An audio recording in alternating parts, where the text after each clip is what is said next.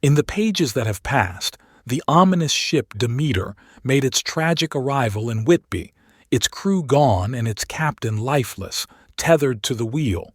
The only living presence aboard? A large dog which vanished into the town. As Whitby tries to recover from the unsettling events, Mina, still awaiting news from Jonathan, connects with the fragile Lucy. Unbeknownst to them, the looming shadow of Count Dracula grows ever closer, his dark intentions taking root. In this next chapter, Mina's letters and journal entries paint a vivid picture of a summer that's anything but ordinary. The quaint town of Whitby, with its tranquil seas and charming streets, is about to bear witness to events that defy understanding.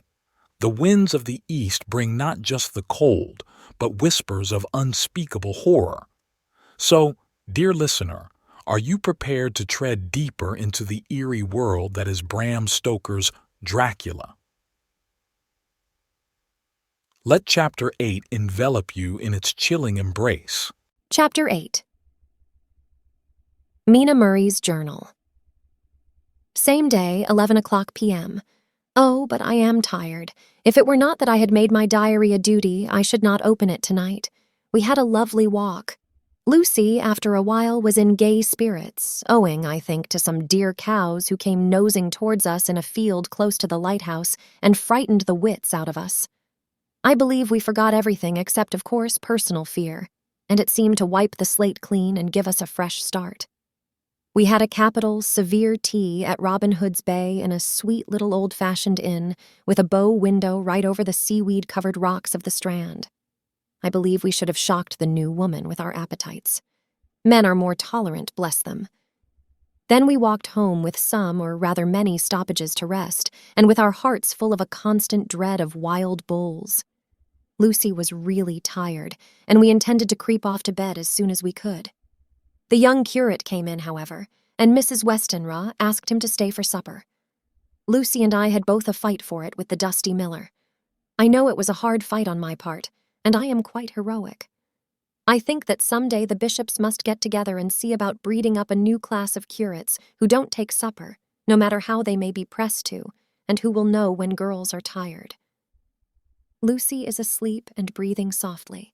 She has more color in her cheeks than usual and looks, oh, so sweet. If Mr. Holmwood fell in love with her seeing her only in the drawing-room, I wonder what he would say if he saw her now. Some of the new women writers will someday start an idea that men and women should be allowed to see each other asleep before proposing or accepting. But I suppose the new woman won't condescend in future to accept. She will do the proposing herself, and a nice job she will make of it too. There's some consolation in that. I am so happy tonight because dear Lucy seems better. I really believe she has turned the corner and that we are over her troubles with dreaming. I should be quite happy if I only knew if Jonathan— God bless and keep him. The 11th of August, 3 a.m. Diary again. No sleep now, so I may as well write. I am too agitated to sleep. We have had such an adventure, such an agonizing experience. I fell asleep as soon as I had closed my diary. Suddenly I became broad awake and sat up, with a horrible sense of fear upon me and of some feeling of emptiness around me. The room was dark, so I could not see Lucy's bed. I stole across and felt for her. The bed was empty. I lit a match and found that she was not in the room. The door was shut, but not locked as I had left it. I feared to wake her mother, who has been more than usually ill lately, so threw on some clothes and got ready to look for her. As I was leaving the room, it struck me that the clothes she wore might give me some clue to her dreaming intention. Dressing gown would mean house, dress, outside. Dressing gown and dress were both in their places. Thank God, I said to myself. She cannot be far, as she is only in her nightdress. I ran downstairs and looked in the sitting room. Not there. Then I looked in all the other open rooms of the house, with an ever-growing fear chilling my heart. Finally, I came to the hall door and found it open. It was not wide open, but the catch of the lock had not caught. The people of the house are careful to lock the door every night, so I feared that Lucy must have gone out as she was. There was no time to think of what might happen. A vague, overmastering fear obscured all details. I took a big, heavy shawl and ran out. The clock was striking 1 as I was in the crescent, and there was not a soul in sight. I ran along the north terrace, but could see no sign of the white figure which I expected. At the edge of the west cliff above the pier, I looked across the harbor to the east cliff, in the hope or fear, I don't know which, of seeing Lucy in our favorite seat. There was a bright full moon with heavy black driving clouds, which threw the whole scene into a fleeting diorama of light and shade as they sailed across. For a moment or two I could see nothing, as the shadow of a cloud obscured St. Mary's Church and all around it. Then, as the cloud passed, I could see the ruins of the abbey coming into view, and as the edge of a narrow band of light as sharp as a sword cut moved along, the church and the churchyard became gradually visible. Whatever my expectation was, it was not disappointed, for there, on our favorite seat, the silver light of the moon struck a half-reclining figure, snowy white. The coming of the cloud was too quick for me to see much, for shadow shut down on light almost immediately. But it seemed to me as though something dark stood behind the seat where the white figure shone and bent over it. What it was, whether man or beast, I could not tell. I did not wait to catch another glance, but flew down the steep steps to the pier and along by the fish market to the bridge, which was the only way to reach the east cliff. The town seemed as dead, for not a soul did I see. I rejoiced that it was so, for I wanted no witness of poor Lucy's condition. The time and distance seemed endless, and my knees trembled and my breath came labored as I toiled up the endless steps to the abbey. I must have gone fast, and yet it seemed to me as if my feet were weighted with lead, and as though every joint in my body were rusty. When I got almost to the top, I could see the seat and the white figure, for I was now close enough to distinguish it even through the spells of shadow. There was undoubtedly something, long and black, bending over the half-reclining white figure. I called in fright, "Lucy! Lucy!" and something raised a head, and from where I was I could see a white face and red, gleaming eyes. Lucy did not answer, and I ran on to the entrance of the churchyard. As I entered, the church was between me and the seat, and for a minute or so I lost sight of her. When I came in view again, the cloud had passed, and the moonlight struck so brilliantly that I could see Lucy half reclining, with her head lying over the back of the seat. She was quite alone, and there was not a sign of any living thing about. When I bent over her, I could see that she was still asleep. Her lips were parted, and she was breathing, not softly as usual with her, but in long, heavy gasps, as though striving to get her lungs full at every breath. As I came close, she put up her hand in her sleep and pulled the collar of her nightdress close around her throat. Whilst she did so, there came a little shudder through her, as though she felt the cold. I flung the warm shawl over her and drew the edges tight round her neck, for I dreaded lest she should get some deadly chill from the night air, unclad as she was. I feared to wake her all at once, so in order to have my hands free that I might help her, I fastened the shawl at her throat with a big safety pin. But I must have been clumsy in my anxiety and pinched or pricked her with it, for by and by, when her breathing became quieter, she put her hand to her throat again and moaned. When I had her carefully wrapped up, I put my shoes on her feet and then began very gently to wake her. At first, she did not respond, but gradually she became more and more uneasy in her sleep, moaning and sighing occasionally. At last, as time was passing fast, and for many other reasons I wished to get her home at once, I shook her more forcibly, till finally she opened her eyes and awoke. She did not seem surprised to see me, as of course she did not realize all at once where she was. Lucy always wakes prettily, and even at such a time when her body must have been chilled with cold, and her mind somewhat appalled at waking unclad in a churchyard at night, she did not lose her grace. She trembled a little and clung to me. When I told her to come at once with me home, she rose without a word, with the obedience of a child. As we passed along, the gravel hurt my feet, and Lucy noticed me wince. She stopped and wanted to insist upon my taking my shoes, but I would not. However, when we got to the pathway outside the churchyard, where there was a puddle of water remaining from the storm, I daubed my feet with mud, using each foot in turn on the other, so that as we went home, no one, in case we should meet anyone, should notice my bare feet. Fortune favored us, and we got home without meeting a soul. Once we saw a man, who seemed not quite sober, passing along a street in front of us. But we hid in a door till he had disappeared up an opening such as there are here, steep little closes, or wynds, as they call them in Scotland. My heart beat so loud all the time that sometimes I thought I should faint. I was filled with anxiety about Lucy, not only for her health, lest she should suffer from the exposure, but for her reputation in case the story should get wind. When we got in and had washed our feet and had said a prayer of thankfulness together, I tucked her into bed. Before falling asleep, she asked, even implored, me not to say a word to anyone, even her mother, about her sleepwalking adventure. I hesitated at first to promise, but on thinking of the state of her mother's health, and how the knowledge of such a thing would fret her, and thinking, too, of how such a story might become distorted, nay, infallibly would, in case it should leak out, I thought it wiser to do so. I hope I did right. I have locked the door, and the key is tied to my wrist, so perhaps I shall not be again disturbed. Lucy is sleeping soundly. The reflex of the dawn is high and far over the sea.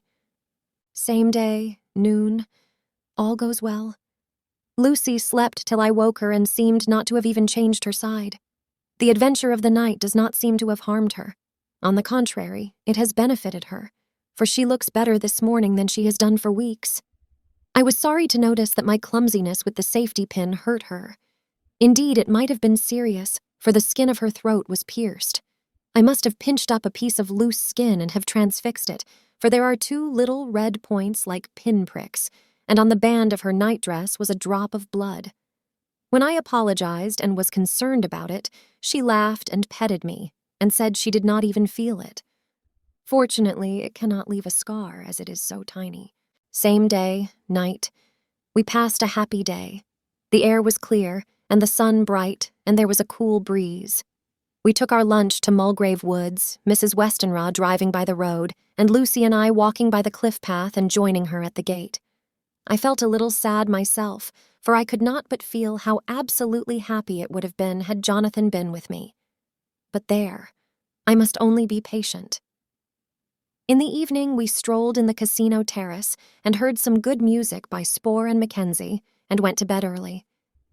Lucy seems more restful than she has been for some time, and fell asleep at once. I shall lock the door and secure the key the same as before, though I do not expect any trouble tonight. 12 August. My expectations were wrong, for twice during the night I was wakened by Lucy trying to get out. She seemed, even in her sleep, to be a little impatient at finding the door shut, and went back to bed under a sort of protest. I woke with the dawn and heard the birds chirping outside of the window. Lucy woke too, and I was glad to see was even better than on the previous morning. All her old gaiety of manner seemed to have come back, and she came and snuggled in beside me and told me all about Arthur. I told her how anxious I was about Jonathan, and then she tried to comfort me. Well, she succeeded somewhat, for though sympathy can't alter facts, it can help to make them more bearable. 13 August. Another quiet day, and to bed with the key on my wrist as before. Again I awoke in the night, and found Lucy sitting up in bed, still asleep, pointing to the window. I got up quietly and, pulling aside the blind, looked out. It was brilliant moonlight, and the soft effect of the light over the sea and sky, merged together in one great silent mystery, was beautiful beyond words. Between me and the moonlight flitted a great bat, coming and going in great whirling circles. Once or twice it came quite close, but was, I suppose, frightened at seeing me, and flitted away across the harbor towards the Abbey. When I came back from the window, Lucy had lain down again, and was sleeping peacefully. She did not stir again all night. 14 August. On the East Cliff, reading and writing all day. Lucy seems to have become as much in love with the spot as I am, and it is hard to get her away from it when it is time to come home for lunch or tea or dinner. This afternoon she made a funny remark. We were coming home for dinner, and had come to the top of the steps up from the West Pier, and stopped to look at the view, as we generally do. The setting sun, Low down in the sky was just dropping behind Kettleness. The red light was thrown over on the east cliff and the old abbey, and seemed to bathe everything in a beautiful rosy glow. We were silent for a while, and suddenly Lucy murmured as if to herself, "His red eyes again. They are just the same." It was such an odd expression, coming apropos of nothing, that it quite startled me. I slewed round a little so as to see Lucy well without seeming to stare at her, and saw that she was in a half-dreamy state, with an odd look on her face that I could not quite make out. So I said nothing, but followed her eyes. She appeared to be looking over at our own seat, whereon was a dark figure seated alone. I was a little startled myself, for it seemed for an instant as if the stranger had great eyes like burning flames. But a second look dispelled the illusion. The red sunlight was shining on the windows of St. Mary's Church behind our seat, and as the sun dipped there was just sufficient change in the refraction and reflection to make it appear as if the light moved. I called Lucy's attention to the peculiar effect, and she became herself with a start, but she looked sad all the same. It may have been that she was thinking of that terrible night up there. We never refer to it, so I said nothing, and we went home to dinner. Lucy had a headache and went early to bed. I saw her asleep and went out for a little stroll myself. I walked along the cliffs to the westward and was full of sweet sadness, for I was thinking of Jonathan. When coming home, it was then bright moonlight, so bright that though the front of our part of the crescent was in shadow, everything could be well seen. I threw a glance up at our window and saw Lucy's head leaning out. I thought that perhaps she was looking out for me, so I opened my handkerchief and waved it. She did not notice or make any movement whatever. Just then, the moonlight crept round an angle of the building, and the light fell on the window. There, distinctly, was Lucy with her head lying up against the side of the window-sill and her eyes shut. She was fast asleep, and by her, seated on the window-sill, was something that looked like a good-sized bird. I was afraid she might get a chill, so I ran upstairs, but as I came into the room she was moving back to her bed, fast asleep and breathing heavily. She was holding her hand to her throat, as though to protect it from cold. I did not wake her, but tucked her up warmly. I have taken care that the door is locked and the window securely fastened. She looks so sweet as she sleeps, but she is paler than is her wont, and there is a drawn, haggard look under her eyes which I do not like. I fear she is fretting about something. I wish I could find out what it is. 15 August. Rose later than usual. Lucy was languid and tired, and slept on after we had been called. We had a happy surprise at breakfast. Arthur's father is better, and wants the marriage to come off soon. Lucy is full of quiet joy, and her mother is glad and sorry at once. Later on in the day she told me the cause. She is grieved to lose Lucy as her very own, but she is rejoiced that she is soon to have someone to protect her. Poor dear sweet lady. She confided to me that she has got her death warrant. She has not told Lucy and made me promise secrecy. Her doctor told her that within a few months at most she must die, for her heart is weakening. At any time, even now, a sudden shock would be almost sure to kill her. Ah, we were wise to keep from her the affair of the dreadful night of Lucy's sleepwalking. 17 August. No diary for 2 whole days. I have not had the heart to write. Some sort of shadowy pall seems to be coming over our happiness. No news from Jonathan, and Lucy seems to be growing weaker, whilst her mother's hours are numbering to a close. I do not understand Lucy's fading away as she is doing. She eats well and sleeps well and enjoys the fresh air, but all the time the roses in her cheeks are fading, and she gets weaker and more languid day by day. At night, I hear her gasping as if for air. I keep the key of our door always fastened to my wrist at night, but she gets up and walks about the room and sits at the open window. Last night I found her leaning out when I woke up, and when I tried to wake her I could not. She was in a faint. When I managed to restore her, she was as weak as water and cried silently between long, painful struggles for breath. When I asked her how Letter Samuel F. Billington and Son, Solicitors Whitby, to Messrs. Carter, Patterson and Company, London. The 17th of August. Dear Sirs, herewith please receive invoice of goods sent by Great Northern Railway, Same are to be delivered at Carfax near Purfleet, immediately on receipt at Good Station King's Cross. The house is at present empty, but enclosed. Please find keys, all of which are labeled.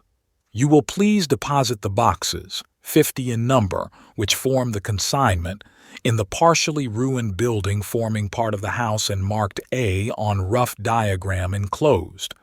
Your agent will easily recognize the locality, as it is the ancient chapel of the mansion. The goods leave by the train at 9:30 tonight and will be due at King's Cross at 4:30 tomorrow afternoon.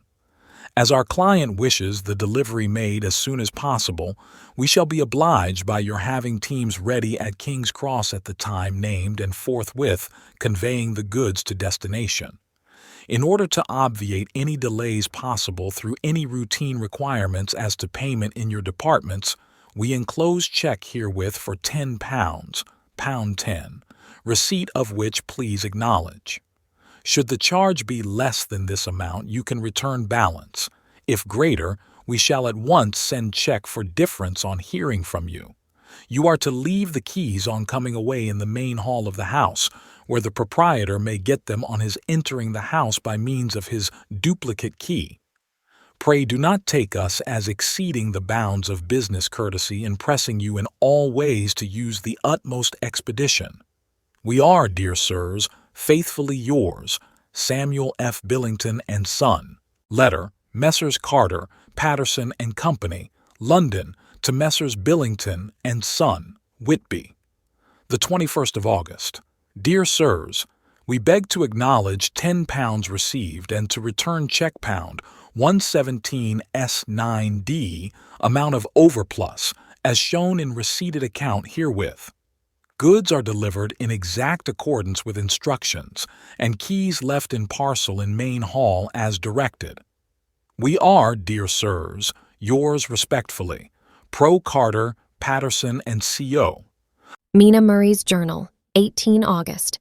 I am happy today, and write sitting on the seat in the churchyard. Lucy is ever so much better. Last night she slept well all night and did not disturb me once.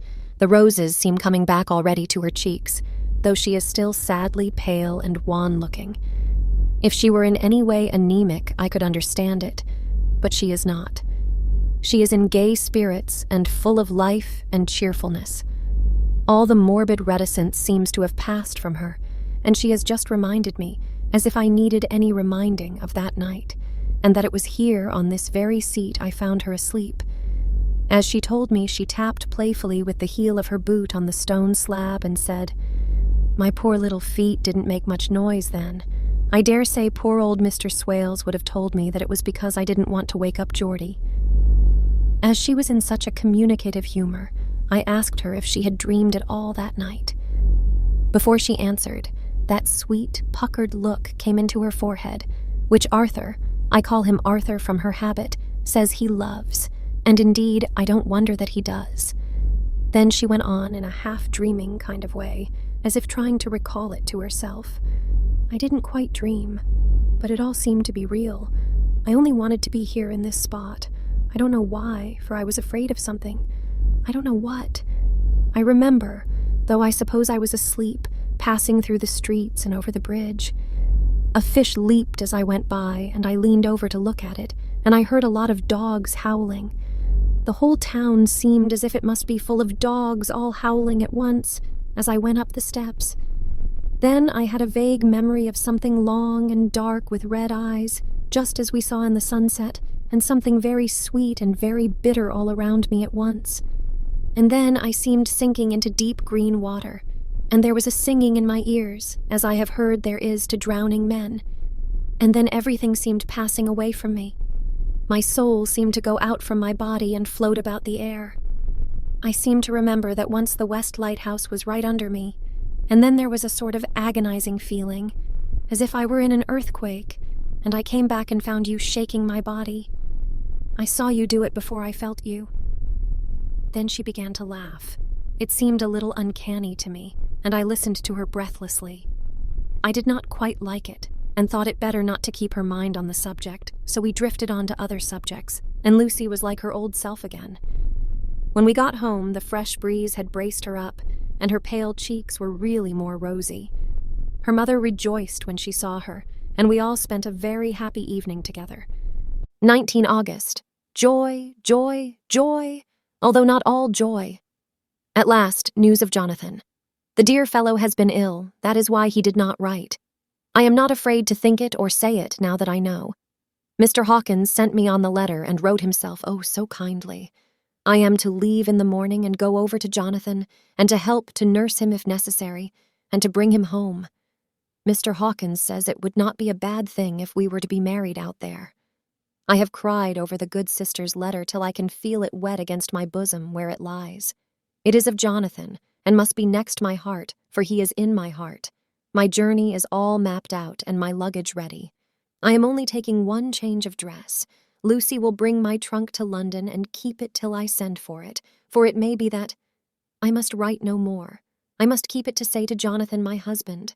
The letter that he has seen and touched must comfort me till we meet. Letter, Sister Agatha, Hospital of St. Joseph and St. Mary, Budapest, to Miss Wilhelmina Murray. The 12th of August. Dear Madam, I write by desire of Mr. Jonathan Harker, who is himself not strong enough to write, though progressing well thanks to God and St. Joseph and St. Mary. He has been under our care for nearly 6 weeks, suffering from a violent brain fever. He wishes me to convey his love and to say that by this post I write for him to Mr. Peter Hawkins, Exeter, to say, with his dutiful respects, that he is sorry for his delay and that all of his work is completed. He will require some few weeks' rest in our sanatorium in the hills, but will then return. He wishes me to say that he has not sufficient money with him, and that he would like to pay for his staying here so that others who need shall not be wanting for help. Believe me, yours, with sympathy and all blessings, Sister Agatha. P.S. My patient being asleep, I open this to let you know something more. He has told me all about you, and that you are shortly to be his wife. All blessings to you both. He has had some fearful shock, so says our doctor, and in his delirium his ravings have been dreadful, of wolves and poison and blood, of ghosts and demons, and I fear to say of what. Be careful with him always that there may be nothing to excite him of this kind for a long time to come. The traces of such an illness as his do not lightly die away. We should have written long ago, but we knew nothing of his friends, and there was on him nothing that anyone could understand. He came in the train from Klausenburg, and the guard was told by the station master there that he rushed into the station shouting for a ticket for home. Seeing from his violent demeanor that he was English, they gave him a ticket for the furthest station on the way thither that the train reached. Be assured that he is well cared for. He has won all hearts by his sweetness and gentleness. He is truly getting on well, and I have no doubt will in a few weeks be all himself. But be careful of him for safety's sake. There are, I pray God and St. Joseph and St. Mary, many, many happy years for you both. Letter, Sister Agatha, Hospital of St. Joseph and St. Mary, Budapest, to Miss Wilhelmina Murray. The 12th of August. Dear Madam, I write by desire of Mr. Jonathan Harker, who is himself not strong enough to write, though progressing well, thanks to God and St. Joseph and St. Mary. He has been under our care for nearly 6 weeks, suffering from a violent brain fever. He wishes me to convey his love, and to say that by this post I write for him to Mr. Peter Hawkins, Exeter, to say, with his dutiful respects, that he is sorry for his delay, and that all of his work is completed. He will require some few weeks' rest in our sanatorium in the hills, but will then return. He wishes me to say that he has not sufficient money with him, and that he would like to pay for his staying here, so that others who need shall not be wanting for help. Believe me, yours, with sympathy and all blessings, Sister Agatha. P.S. My patient being asleep, I open this to let you know something more. He has told me all about you, and that you are shortly to be his wife. All blessings to you both. He has had some fearful shock, so says our doctor, and in his delirium his ravings have been dreadful, of wolves and poison and blood, of ghosts and demons, and I fear to say of what. Be careful with him always that there may be nothing to excite him of this kind for a long time to come. The traces of such an illness as his do not lightly die away. We should have written long ago, but we knew nothing of his friends, and there was on him nothing that anyone could understand. He came in the train from Klausenburg, and the guard was told by the station master there that he rushed into the station shouting for a ticket for home. Seeing from his violent demeanor that he was English, they gave him a ticket for the furthest station on the way thither that the train reached. Be assured that he is well cared for. He has won all hearts by his sweetness and gentleness. He is truly getting on well, and I have no doubt will in a few weeks be all himself. But be careful of him for safety's sake. There are, I pray God and St. Joseph and St. Mary, many, many happy years for you both. Dr. Seward's Diary. 19 August. Strange and sudden change in Renfield last night. About 8 o'clock he began to get excited and sniff about as a dog does when setting. The attendant was struck by his manner and, knowing my interest in him, encouraged him to talk. He is usually respectful to the attendant and at times servile, but tonight the man tells me he was quite haughty, would not condescend to talk with him at all. All he would say was, "I don't want to talk to you. You don't count now. The master is at hand." The attendant thinks it is some sudden form of religious mania which has seized him. If so, we must look out for squalls, for a strong man with homicidal and religious mania at once might be dangerous. The combination is a dreadful one. At 9 o'clock I visited him myself. His attitude to me was the same as that to the attendant. In his sublime self-feeling, the difference between myself and attendant seemed to him as nothing. It looks like religious mania, and he will soon think that he himself is God. These infinitesimal distinctions between man and man are too paltry for an omnipotent being. How these madmen give themselves away! The real God taketh heed lest a sparrow fall, but the God created from human vanity sees no difference between an eagle and a sparrow. Oh, if men only knew! For half an hour or more Renfield kept getting excited in greater and greater degree. I did not pretend to be watching him, but I kept strict observation all the same. All at once that shifty look came into his eyes which we always see when a madman has seized an idea, and with it the shifty movement of the head and back which asylum attendants come to know so well. He became quite quiet and went and sat on the edge of his bed resignedly, and looked into space with lackluster eyes.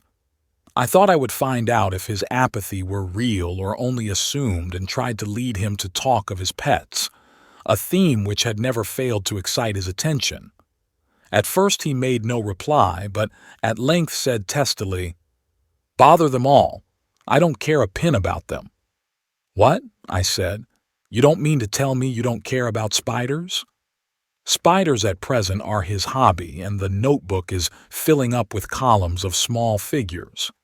To this he answered enigmatically, "The bridemaidens rejoice the eyes that wait the coming of the bride, but when the bride draweth nigh, then the maidens shine not to the eyes that are filled." He would not explain himself, but remained obstinately seated on his bed all the time I remained with him. I am weary tonight and low in spirits. I cannot but think of Lucy, and how different things might have been. If I don't sleep at once, chloral, the modern Morpheus, C2HCl3O. H2. Oh, I must be careful not to let it grow into a habit. No, I shall take none tonight. I have thought of Lucy, and I shall not dishonor her by mixing the two. If need be, tonight shall be sleepless. Later. Glad I made the resolution, gladder that I kept to it. I had lain tossing about and had heard the clock strike only twice when the night watchman came to me, sent up from the ward, to say that Renfield had escaped. I threw on my clothes and ran down at once. My patient is too dangerous a person to be roaming about. Those ideas of his might work out dangerously with strangers. The attendant was waiting for me. He said he had seen him not 10 minutes before, seemingly asleep in his bed, when he had looked through the observation trap in the door. His attention was called by the sound of the window being wrenched out. He ran back and saw his feet disappear through the window, and had at once sent up for me. He was only in his night gear, and cannot be far off. The attendant thought it would be more useful to watch where he should go than to follow him, as he might lose sight of him whilst getting out of the building by the door. He is a bulky man and couldn't get through the window. I am thin, so with his aid I got out, but feet foremost, and as we were only a few feet above ground, landed unhurt. The attendant told me the patient had gone to the left and had taken a straight line, so I ran as quickly as I could. As I got through the belt of trees, I saw a white figure scale the high wall which separates our grounds from those of the deserted house. I ran back at once, told the watchman to get 3 or 4 men immediately and follow me into the grounds of Carfax, in case our friend might be dangerous. I got a ladder myself, and crossing the wall, dropped down on the other side. I could see Renfield's figure just disappearing behind the angle of the house, so I ran after him. On the far side of the house, I found him pressed close against the old iron-bound oak door of the chapel. He was talking, apparently, to someone, but I was afraid to go near enough to hear what he was saying, lest I might frighten him, and he should run off. Chasing an errant swarm of bees is nothing to following a naked lunatic when the fit of escaping is upon him. After a few minutes, however, I could see that he did not take note of anything around him, and so ventured to draw nearer to him, the more so as my men had now crossed the wall and were closing him in. I heard him say, "I am here to do your bidding, master. I am your slave, and you will reward me, for I shall be faithful. I have worshipped you long and afar off. Now that you are near, I await your commands, and you will not pass me by, will you, dear master, in your distribution of good things?" He is a selfish old beggar anyhow. He thinks of the loaves and fishes even when he believes he is in a real presence. His manias make a startling combination.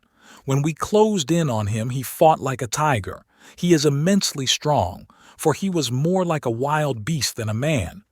I never saw a lunatic in such a paroxysm of rage before, and I hope I shall not again.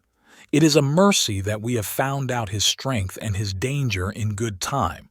With strength and determination like his, he might have done wild work before he was caged. He is safe now at any rate. Jack Shepherd himself couldn't get free from the strait waistcoat that keeps him restrained, and he's chained to the wall in the padded room. His cries are at times awful, but the silences that follow are more deadly still, for he means murder in every turn and movement.